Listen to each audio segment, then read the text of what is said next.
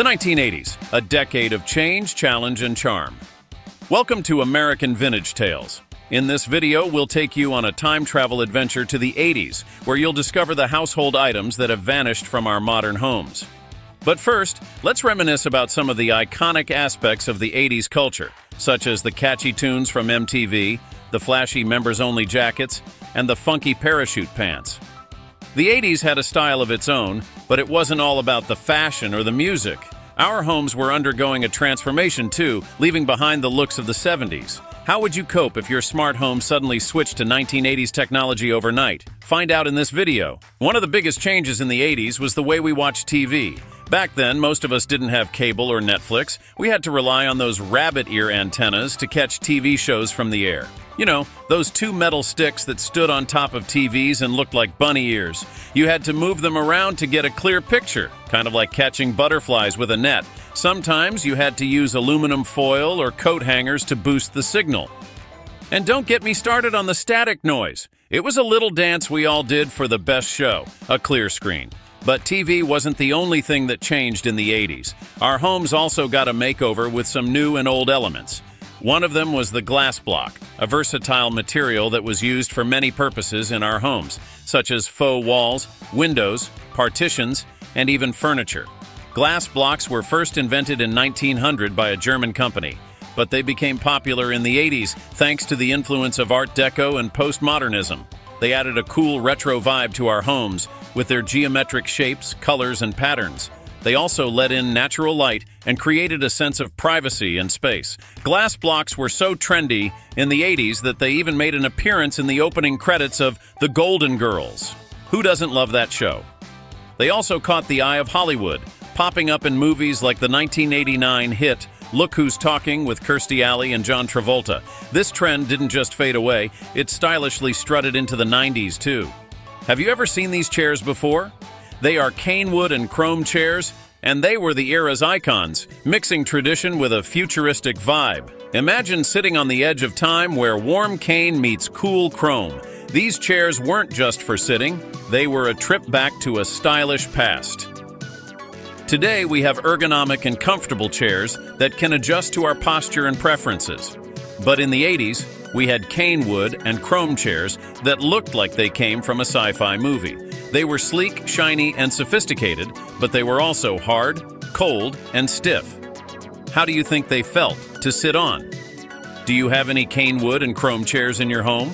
If not, would you like to have one? Let us know in the comments below. Speaking of iconic 80s features, honey oak cabinets were the go-to for any modern home of the time. If you didn't have them, you definitely knew someone who did, or you spotted them in countless movies and TV shows. Today, we have a variety of colors and materials for our cabinets, such as white, black, gray, wood, metal, or glass. But in the 80s, we had honey oak cabinets that looked like they came from a cozy cabin. They were warm, rustic, and natural, but they were also bulky, outdated, and hard to match. How do you think they fit in with the rest of the 80s decor? Can you guess which movie or TV show featured this honey oak cabinet? Hint, it starred a famous comedian and his family. Write your answer in the comments below. Well, maybe not every home had a floor-to-ceiling mirror, but you probably saw it often enough in a film or television show. Mirrors have long been a device people use to make a small room feel bigger. They also reflect light and create a sense of depth and space. Do you think it looked good? In the 80s, we had floor-to-ceiling mirrors that looked like they came from a dance studio. They were glamorous, dramatic, and fun, but they were also impractical, fragile, and hard to clean. Today, we have multifunctional and customizable furniture that can suit our needs and preferences. But in the 80s, we had clear furniture that looked like it came from the future, thanks to the 80s love affair with lucite. This trend, a nod to the Art Deco era, meant that playing footsai under the table was off the table. It was all about sleek, see-through designs that added a touch of cool to any space. Do you find it appealing? Today, we have more advanced and efficient food dehydrators that can dry a variety of foods. But in the 80s, we had food dehydrators that looked like giant plastic boxes with trays and vents.